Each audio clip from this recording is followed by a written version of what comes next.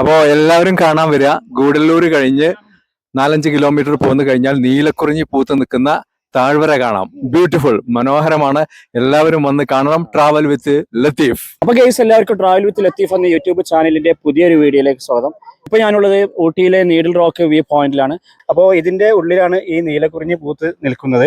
അപ്പൊ നമുക്ക് എന്തായാലും അതൊന്ന് വിസിറ്റ് ചെയ്ത് നോക്കാം. അപ്പൊ നമ്മളിങ്ങനെ നടന്ന് പോയിക്കൊണ്ടിരിക്കുക കേട്ടോ, നീലക്കുറിഞ്ഞി കാണാൻ വേണ്ടിയിട്ട്. അപ്പോൾ 12 വർഷത്തിൽ ഒരിക്കലാണത് പൂക്കുക.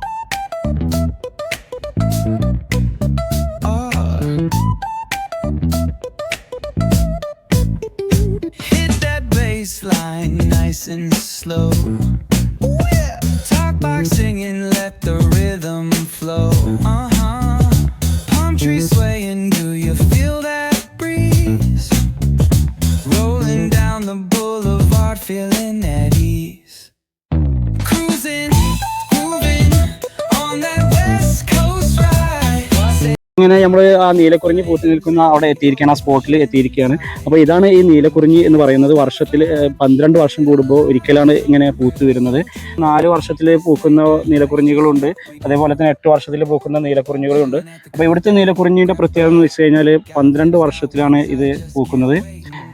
നമ്മളൊരു 10 ദിവസം മുന്നൊക്കെ വന്നിരുന്നെങ്കിൽ ഇവിടെ ഫുള്ള് നിറഞ്ഞ് ഇങ്ങനെ നീല പൂക്കൾ നിറഞ്ഞ് നല്ല ഭംഗിയായിരുന്നു കാണാൻ. ഇപ്പോൾ കുറേ കൊഴിഞ്ഞു പോയിട്ടുണ്ട്. എന്തായാലും ഇത് കാണാൻ വേണ്ടിയിട്ടാണ് ഒരുപാട് ആളുകൾ ഇപ്പോൾ ഇങ്ങോട്ട് വന്നുകൊണ്ടിരിക്കുന്നത്. അപ്പോൾ ഇത്രയാണ് ഈ വീഡിയോ. അപ്പോൾ മറ്റൊരു വീഡിയോയിലൂടെ നമുക്ക് വീണ്ടും കാണാം. അതുവരെ ബൈ ബൈ.